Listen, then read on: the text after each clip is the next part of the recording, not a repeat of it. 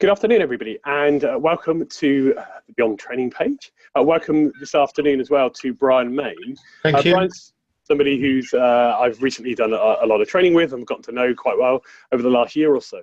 And I thought it'd be really useful to kind of bring you a quick Facebook Live with myself and Brian to discuss the power of goals and how does that tie into NLP and outcomes. So Brian, just whilst I share this in a couple of groups and into the event and other places, you want to tell everybody watching a little bit more about you, what you do, how you do what you do, and just kind of give a little bit of an intro. And if I'm not looking at you, it's just because I'm doing a little bit of sharing. So give me 2 seconds to do that. So, yeah. Forgive you for not making eye contact. Yeah, hi everyone. I'm Brian Mayne, and I've been a speaker and a trainer in personal development and on the journey with my own growth and those things for about 25 years. 1994, I went for a big life change, and through that found personal development. Started off working with both Tony Robbins as an employed trainer, and then Stephen Covey teaching his program 7 Habits. And then in 1994, late 94, I had a flash of insight that led to the goal mapping program, which I've been sharing around the world ever since. It's a simple system for success. It uses words and pictures to help engage both the creative as well as the logical mind, and to help you to become consciously clear as well as commanding your subconscious. So it's a bit of a step on from SMART goals. In the 25 years, it's reached more than 4 million people, and it's used in all areas of life: business, education, sports, well-being. And there are a lot of people now teaching it, like yourself, Andy. Yes, I was really excited when I got the opportunity to join you on the practitioner program. Myself and Joe and several of our practitioners came along to your big live training day, 200 people, all going through the sort of goal mapping process when you did your family goal mapping event. Yeah, 270, including the children. Wow, fantastic. Yeah, in fact, that was a really good point, is you actually had a separate room and space for children to work on this, because this isn't just for corporates, it's not just for the likes of your sort of Microsofts and all the other places that you've worked. This is absolutely being used in schools, and your practitioners are all around the world. I know on the training course that I was on, there were people from the UK, and there was somebody who'd come over from Norway, somebody else who came over from the States. This is sort of truly becoming an international phenomenon, really, isn't it, Brian? Yeah, I think now we're a little more than 30 countries. And maybe more, because of course some people are using the system even though we don't have a trainer in that country. But certainly 30 countries where we have trainers, and it is used by different trainers in different ways. The children's version follows all the same principles. It's just the language that is a little different, and the format to make it easier for young children. And we have students in education all the way from primary school through to university and graduate programs. Same program, but obviously we change the look and the feel and the delivery so that it's accessible for those people.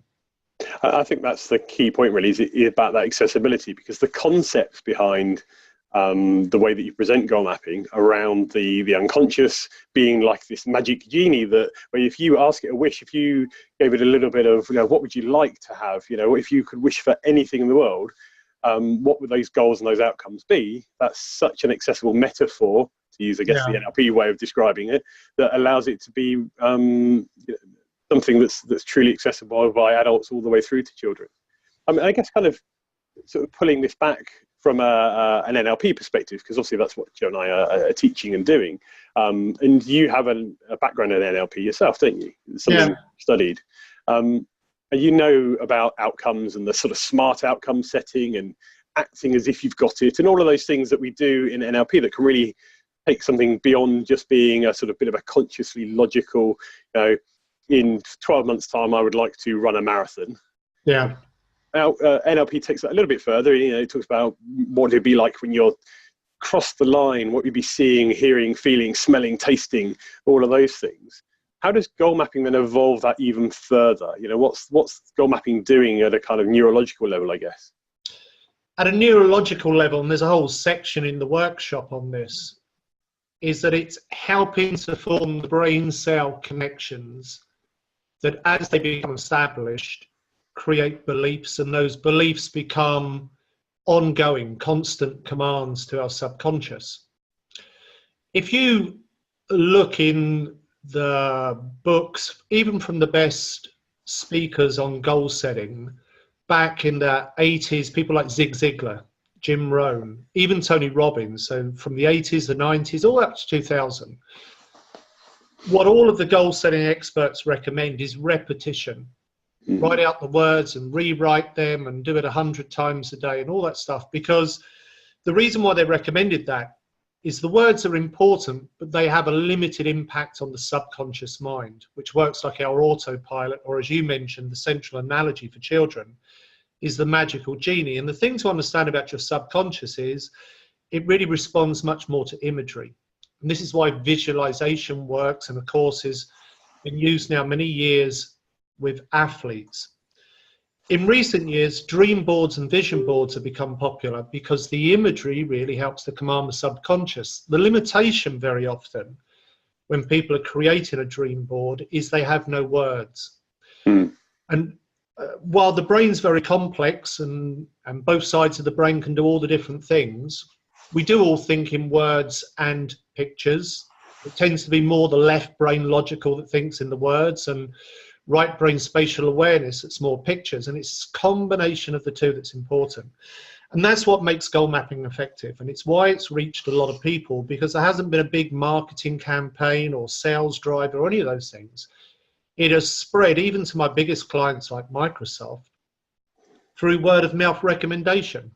Yeah, and the invites from people like Tony Robbins and others to go and present it to their senior groups, again, has been on the strength of word of mouth recommendation. Tony Robbins has his own goal setting technique. He certainly don't need to bring me in to run a workshop, but I've done it many times in many countries for his platinum partners because of the strength of the program. And it's really that has attracted now more than 1,300 people around the world that have become certified to either coach it or teach the full workshop. I think that's the really interesting thing, is it's almost that perfect blend between the two elements. You've got that left brain logical side, like you've got behind you on the backdrop you've got there. You know, that I am on top of the world. That's kind of almost like a logical statement. It's very much around a sense of identity and creating that main core central goal. And then you've also got the other side, which is the metaphors, the pictures, and the drawings. And certainly what Joe and I have done where we've evolved our NLP training is we've taken the logical model aspect of what Bandler and Grinder have created, and you know, the field has evolved into how do you set outcomes and make them quite logical. And we've added in things like clean language, which is actually quite metaphorical, you know, and as you think about, you know, your goal and what you'd like to have happen, you know, what kind of goal is that goal? And then you evolve it and you can get your clients to draw a picture. And for me, when I first saw goal mapping, it's like, here are the two things combined. Is the left brain and the right brain elements. So you've got that sort of logical bit where you can work on, right, here's a bit of structure and some of the how, and you've got that right hand side where actually this is what the picture is. This is what, you know, again, you've got that picture of you on top of the world. And you don't need to know as a coach or a trainer what the person means by being on top of the world. You just trust that they know what they mean by that process. And for me, that's why the goal mapping in particular was really sort of focused on that. And then I just loved the way you've refined your process, and you talk about the fact that, you know, your thoughts create your feelings, that create your, you know, your actions and then your reactions, and just so many elements of it were just such a good blend for things like the communication model, outcome setting, you know, structuring the way that you start to present and take the steps, which is why I wanted to add that into, you know, my practice, particularly as a coach and as a trainer. One of the things I will say, before we get too deep into this webinar as well, is that one of the things I'm going to be offering people, if you take me up on the offer, now this is for you to actually go for it, is that I will, because I am a new practitioner to goal mapping, I want people to practice with. As I say to all of my students, and we're on our, worked out that Joe and I are on our 18th, 19th practitioner at the moment, we always say, practice, practice, practice. You only get good at something if you practice. So my offer to you, that you can take up, you know, at the end of this, is if you want to experience goal mapping and be coached through the process, I'm quite happy to gift you an hour of my time to work you through the process, because it benefits me because I get to practice using the system online and doing some coaching with people. And it also gets to benefit you because you get to experience goal mapping. It's all very well having this intellectual left brain, this is what goal mapping is conversation, until you actually do some goal mapping, then you truly get to understand a little bit about the process. So I'm just going to pitch that one in there now. So if anybody wants to take me up on the offer, just message the Beyond page or me personally. I'll be tagged all over the place and you can take me up on that offer. Whether you know me or not, whether you stumble across this video randomly, if you want to take me up on the offer, then do message with that. And I guess coming back to you, Brian, with this, is kind of, how did you evolve into this from where you were to creating this system? What was the difference that made the difference for you? My story's a bit unusual. I grew up in a travelling funfair family. I didn't go to school very much, and I left school at 13 without qualifications and unable to read and write. I worked with my father to run the family amusement business, and I'd had a good measure of success. But that business come to an end when tourism changed and people started taking their holidays abroad. And I found myself in a really tough situation, age 29, no money, can't read and write, no qualifications, never had a proper job. Started working with a direct sales organization. That led me into personal development. And the thing that was so important for me to learn was the simple science behind positive thinking. I'd heard many times, if you think you can, and all that stuff. I didn't realize there was a science. I thought it was somebody's opinion. Learning how when we think positively, that positive impulse in our brain cells stimulates the dendrite arms in our brain to release serotonin. And the serotonin gives us a good feeling, of course, it's the happy chemical. It also forms neurocohesion. It establishes connections between the brain cells, helps you to activate more of your brain. And so when you have one of those moments, that's the joining of two or more brain cells. They'll have a little gap between them, and serotonin acts like a bridge. I applied that learning with goal setting, because when you set goals, what you're actually doing is you're helping to establish the connections, and it builds into a belief. And I use that in my sales, but of course I used it in other areas of my life. And I was very fortunate to have a heart-centered trainer, coach, and a little bit like yourself, making an offer there to others, Andy, and that was very, I think, very heart-centered of you. This guy offered to help me, and the help that I took was to focus it on overcoming my learning challenges. Yeah. And so by forming some new brain cell connections, it compensated for some of the learning difficulties I had with dyslexia, and the words come into focus.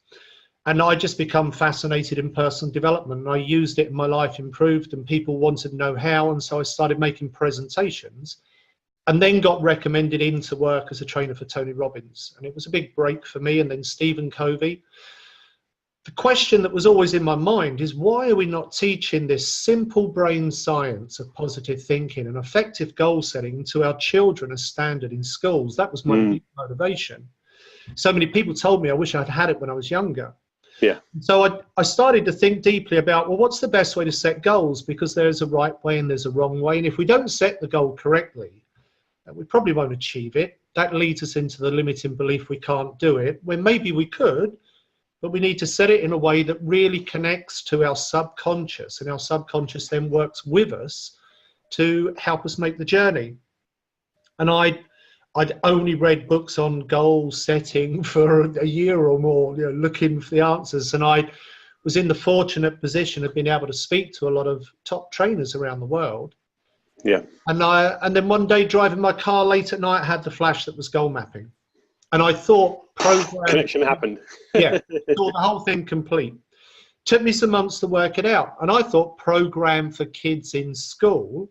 And what actually happened was that I was, again, fortunate. I landed some good corporate opportunities, and I started teaching it with Mercury Communications, then British Telecom, and it just rolled along. What I learned by working with big corporates like that, and often with sales teams, is that I needed to be very clear about how the process worked. And I needed to put it into simple, down-to-earth language so that it didn't turn into an academic debate. and it evolved over a period. The goal mapping workshop is really a growth mindset workshop. It explains how you develop greater levels of self-belief, winning attitudes, and how in turn they influence your behavior and through that your results in life. Goal mapping technique is the application of that growth mindset. So it's sort of a technique within the workshop, and the technique can be used on its own without the workshop. Yep. Of course, the workshop serves to empower people and helps them get clear about what goals they want to set. If I'm running a corporate workshop and I ask people to set goals, do a goal map around their targets and objectives, they will all do it without much thinking. Yeah. If I ask them to set goals for themselves, what do you really want in life? A lot of them just sort of blank because they haven't really thought about it. Yeah. But the workshop's there to get people to think more deeply, help them understand the principles of success and the goal mapping technique to apply it. And I think that's what I've found is that quite often when you ask people about that, what do you want from life? What is your purpose? You know, in a particular area of life, what is it you want to have happen? You know, what are you looking for? Some people get so stuck, you know, they're at this crossroads, they're at this point in life where things just aren't working the way they wanted to work. And they've kind of lost the on purpose bit. And for me, that's why I think I really love the fact that you can hone this in life in general. What is your life map? What is your life purpose? Or you can go right within relationships, within a project, you know, within a particular day, you know, what is it you'd like to achieve through the process? I guess the one question that I had coming into this, now I've started to set my own goals and I can answer my own question. But this kind of logical bit of my brain's going, how can it be just that simple? Where you just put some stuff down, you write some I ams, you know, set some goals and some of your whys. Yeah, it's all very good, but how does that make it happen? I suppose that the bottom line is we are all natural goal setters and we are doing it always, all of the time. Every thought we think is the mental equivalent of a goal in some way. It has an influence on our subconscious. The challenge is we're often thinking about what we don't want and not just what we do want. And the subconscious mind doesn't really know the difference between what we want and what we don't want. It's like telling a young child, don't touch, they touch. Yeah. By using visualization, and a goal map captures that visualization, we help to more powerfully inform and command our subconscious about what we really want. And the goal map, once created, works best when you look at it once a day. And I've got my pad here and my work goal map is right next to my to-do list, so I can drill down into task if I want to, and I have several maps. So, you know, goal maps, and I got my life map is at the front, which is one of the other systems I teach. So there's a map about health and well-being, and there's a map about work, and there's a map about this and that. And it's one, creating the map starts to form the brain cell connections, and then two, looking at the map regularly strengthens them. And it's taken me 25 years to make it as simple as that. Yeah, and I think it's that simplicity is the key. You know, you could use it. You could do it with a piece of paper, or as I've seen, you know, several people share. You know, you've got these really easy to use, you know, sheets where on one side you've got the logical aspect, and on the other side you've got the pictures, and it's just a piece of paper, and that's where you can start from in order to start setting the intent. Yeah, and as it's gone on, you've refined it into an online version, which is really accessible for those who are online. And I've just been so interested to see these schools in across the sort of African continent who are using the goal mapping process, really getting the concept of setting the goals and setting the purpose side of things.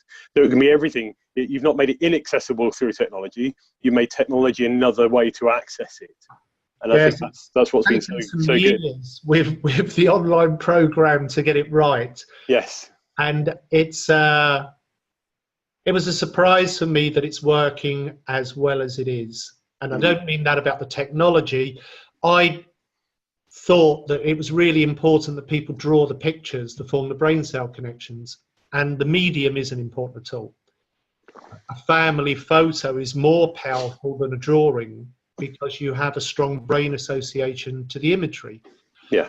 So the online has worked like a dream, and the icing on the cake is it's allowing me to enable trainers in distant countries like Africa on a low budget to move forward with goal mapping and supply it to students. And we've just had a new one come through today from Kenya in a way that just wouldn't have been possible a few years ago. Technology has changed so much. And I'm running sessions for corporate clients now where I'm not going to their offices. We're doing it through a Zoom webinar while they engage in the online platform. Yeah. And I guide them through creating their maps. And I think it's, you know, it's really come of its own at the right time. I couldn't have planned it this way, but the synchronicity of it is huge. I think that's the whole thing around, you know, whether you believe in things like the law of attraction, synchronicity, you know, stuff just happening at the right time. Your unconscious doesn't know what to look for unless you start to create some intent. Yeah. Be that in relationships, be that in life, be that in the next job. And so therefore the goal mapping system is just a way of externalizing that thought process of those outcomes. It's very easy to actually sit down and write an outcome. People might journal what's happened in the day. They might even do some unconscious writing where they just output their brain. And the goal mapping for me is really about, right, what is it can you have around the house, visualizations? They become affirmations. I know my wife, Sophie, in the birth work that she does, a lot of the process of setting your intentions for your birth, the affirmations around yourself and your body and the process and how you'd like it to be.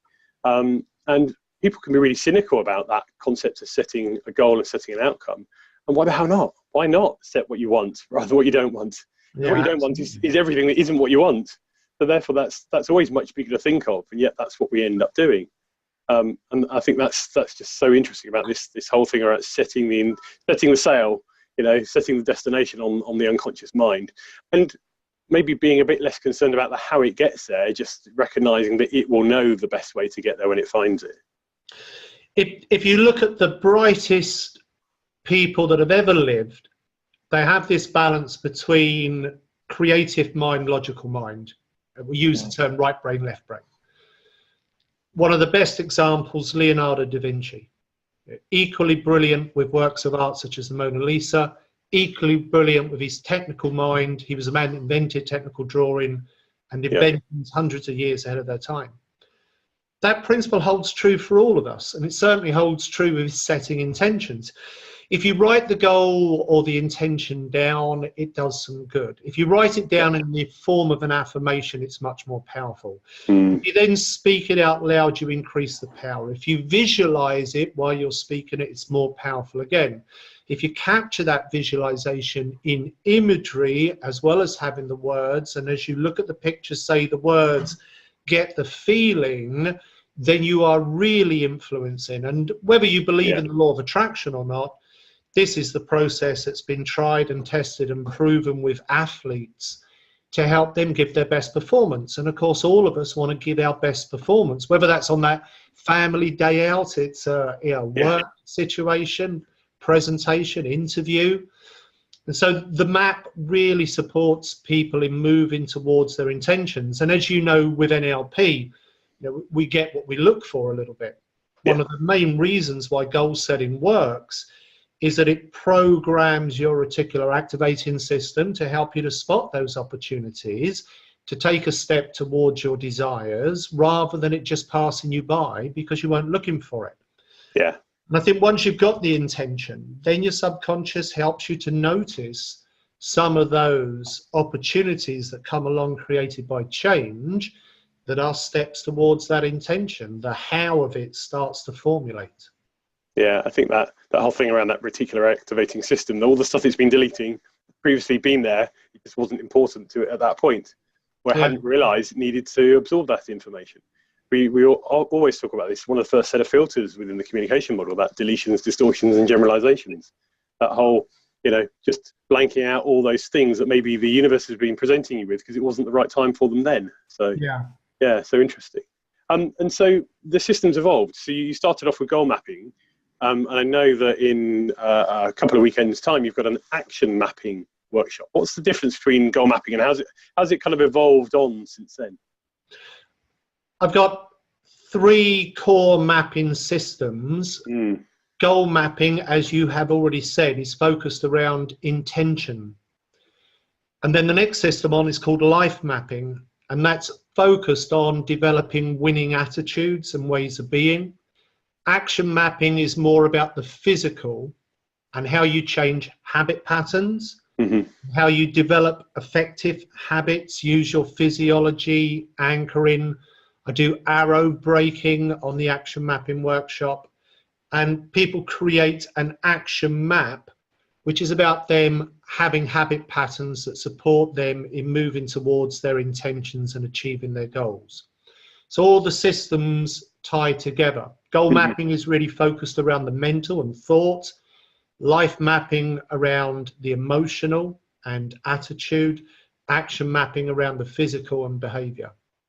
Did you have any examples of those sort of maps for people to see? Because sometimes I find it getting a picture. I think you said you were going to had a couple of screenshots. Do you want to share your screen? I will share my screen, and I do have a couple of screenshots I can share. Can you see the screen? Yep, see the PowerPoint. Cool.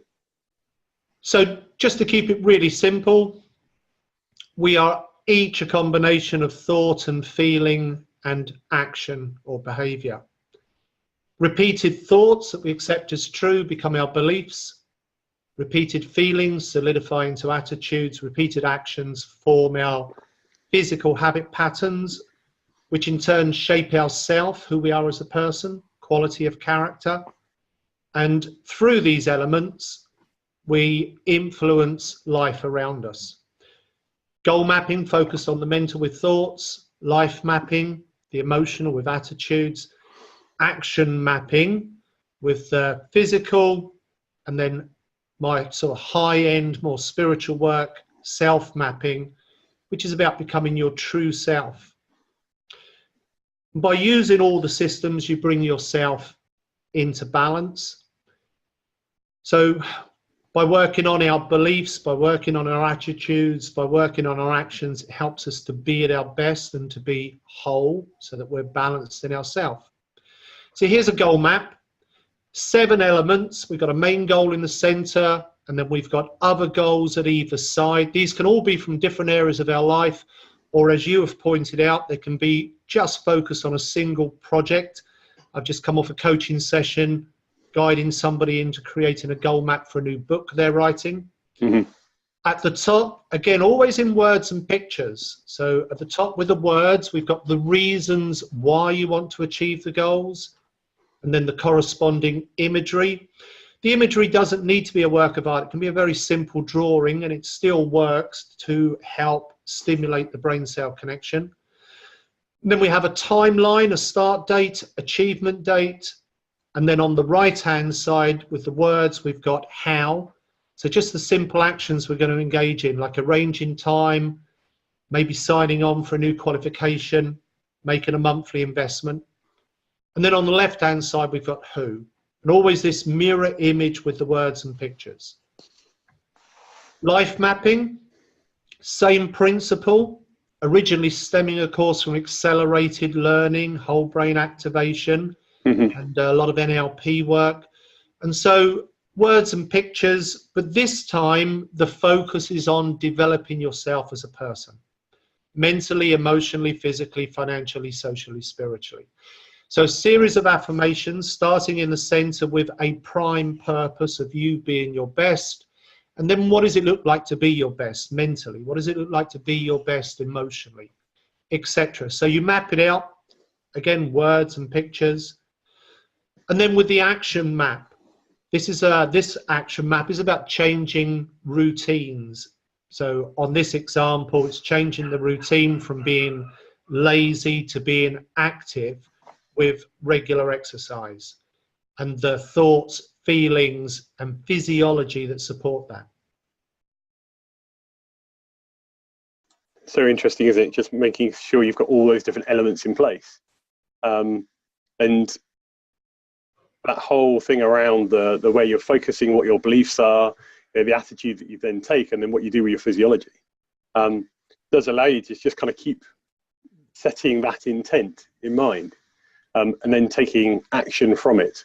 One of the things that I found from some of the people I have worked with so far with this system is that by starting with the goal map, and what they'd like to have happen, I combine it often with NLP questions, including language questions, to get people started, is that what it then starts to break down is some of the how things and some of the what stops them, some of the belief stuff that then starts to kick in. So whilst I haven't been on the action mapping training yet, this is something that I'm recognizing I'm able to pull in all the stuff that I already know as a coach, and then bring those elements in, sort of back in then when I'm working with people. And that's why I find the systems work so well together. One doesn't replace another. It's just an extension of an extra tool that gives you that, I guess that's that sort of value add to clients, people you're working with. Yeah, most of the people that are certified in goal mapping, life mapping, action mapping around the world are coaching and training material either that they have also become certified in or stuff they've created themselves. And the mapping part becomes the application very often of what they're training. So people combine it with sales training, people combine it with diet, they combine it with sports and fitness training, management training. I mean, it's really diverse how people use it. But it's obviously to capture the intention the person has once they've been perhaps through some training or questioning process, and then to map that down in a way that is effective in both making them consciously clear of what it is they want to achieve, as well as with the imagery commanding their subconscious to move them towards it. Yes, yeah, it's all about setting that intent. So your action mapping workshop, do you want to, if you finish with the screen share, it might be better to put your speaker on the page. There you go, perfect. So the action mapping workshop you've got coming up, that's on the 25th, I believe, of May? It is indeed. Yeah, and whereabouts is that workshop? It's at the Park Inn Hotel by Heathrow Airport. Okay, I know it well. I'm going to be there for the NLP conference in a couple of days' time. That main road that runs along there, not far from Terminal 2, where you turn off, is just there. Yeah, it's very easy to get to from there. Yeah, yeah. And so that's a whole day just about action mapping? Yes, 10 till 5. I will skim over the other techniques and I will make the templates and those things available for people, an online program, because it's really how the systems combine that gives you that holistic approach. But the majority focus of the day is going to be around the action mapping, not just creating the map, but the support material that goes with that, the understanding of how your thinking affects your feeling and then your physiology.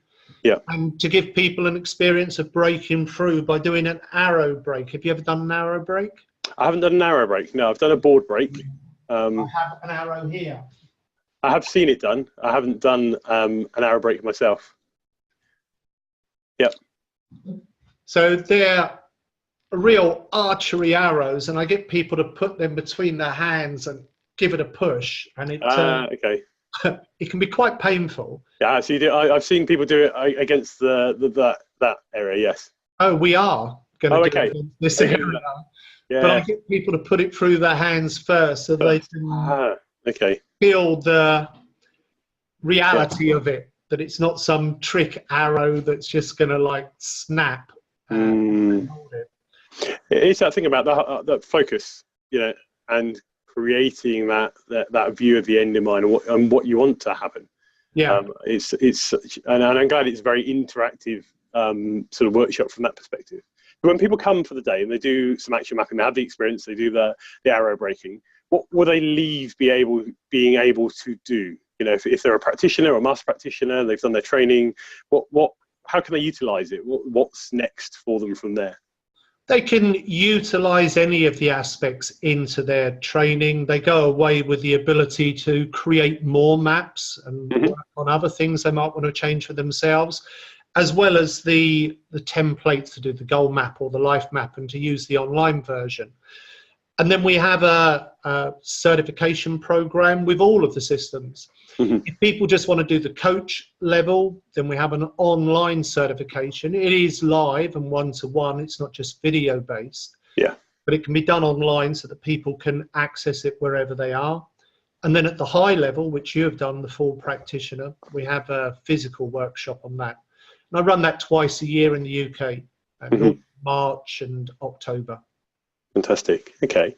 And so the workshop at the weekend on the 25th is £49? It is £49, yeah. And for anybody that wants to go, I'll put the link in the comments on the main Beyond Training Solutions page bit with the video. And if you use the code BEYOND20, so it's BEYOND20, you'll get 20% off that £49. So effectively it'll be around about £40 instead. So thank you for setting that code up for us, Brian. You're very welcome. And it's really heartwarming for me that you chose to teach goal mapping. And I know how professional you are in your approach. So I really value it, because my goal is to reach a lot of people. Yeah. I always have to experience something first, and I certainly got a lot of experience both through meeting you. You know, we meet up at least once a month regularly at the Yes Group, where we're both sort of supporters of that. And I think, you know, when people come into your life for different reasons, and you sort of pick up the energies of people, I think, you know, for me, you're so heart-centered in your approach, and your whole purpose and your mission is to lift the lives of over 7 million people. Yeah. And to do that through the process of goal mapping. And for me, there's just something fundamental that just sort of, I wanted to, you know, help you be part of that process. And in the same time, it's helped me to be able to start to set, actually, what is life purpose and beyond from that. Because yes, you know, I have a purpose in business, and I have a purpose in different areas. And how does that fit in to, you know, me for the next, you know, half of my life? You know, I've lived at least half so far, probably. So in the second 43 years that I'm going to be on this planet for, you know, what am I going to do in that half? And for me, that the whole way that my metaphors have developed, my goal maps developed, we've been working one-to-one through doing the practitioner program in particular, has just really helped to shape different aspects of my life as it changes and evolves. And, you know, new members of the family come into it, and all sorts of things that kind of happen in the background. You know, you are the lighthouse. I am the lighthouse, yes. And that is my analogy. My analogy is I am like a lighthouse. In particular, Smeaton's Tower, which is the lighthouse on Plymouth Hoe, and Plymouth, you know, where I was born and where I'm from. And for me, it's about shining a light into people's lives. And sometimes those things can be light bulbs, and they can just really go click on and be there in an instant. Or sometimes it's just that little flicker of something that's in the darkness that can actually be nurtured, and then can create that whole room and the whole landscape that appears from that once people have been given the opportunity to breathe a little bit of life into that spark. So for me, that whole metaphor around shining a light and so on is definitely something that's gotten a lot stronger since I've started working through the goal mapping process. And it's weird, isn't it? You're always sort of, ever since I've started on this path of human development, you know, and knowing more about NLP and so forth, you know, you have these metaphors and these things that just keep being reoccurring patterns that sometimes it's time to pay a little bit of attention to. So I guess just to wrap up from me before I give you a sort of quick wrap up there, Brian, as well, is seriously, if anybody wants to do a goal map, we can jump onto a Zoom, do an online goal map. I can get you sorted out. You can sign up for the links. I'll put the links to Brian's website, so you can sign up to be get a free goal map from his website. And then we can just go through the system, and you can get to experience that for yourself, because it's such an interesting process to go through that at lots of different levels allows you to start to reconnect with, you know, those goals and those outcomes, really. So thank you so much for joining me, Brian, and anything you want to end with for you? Just what a pleasure it is to work with you, and I really feel that you're out there wanting to give your best and help a lot of people. And I think that's what the world needs at the moment, is people connect and they share ideas and they share techniques and focus for the common good. So very pleased to be working with you. Very pleased to share this with your people today. Thank you. And that's why within our NLP family, there's so many more lovely people I want to share this with, which is part of the purpose of doing this. So whether you get onto the action mapping workshop or not, check out the links that I'm going to put up onto the main Beyond Training Solutions page. It's within the video. And there's lots of different ways that you can connect with Brian, connect with the system. Just give it a go, see what happens. What's the best that can happen? Thanks very much, Brian. Thanks for your time. Great to be with you. Soon. Take care. Bye-bye.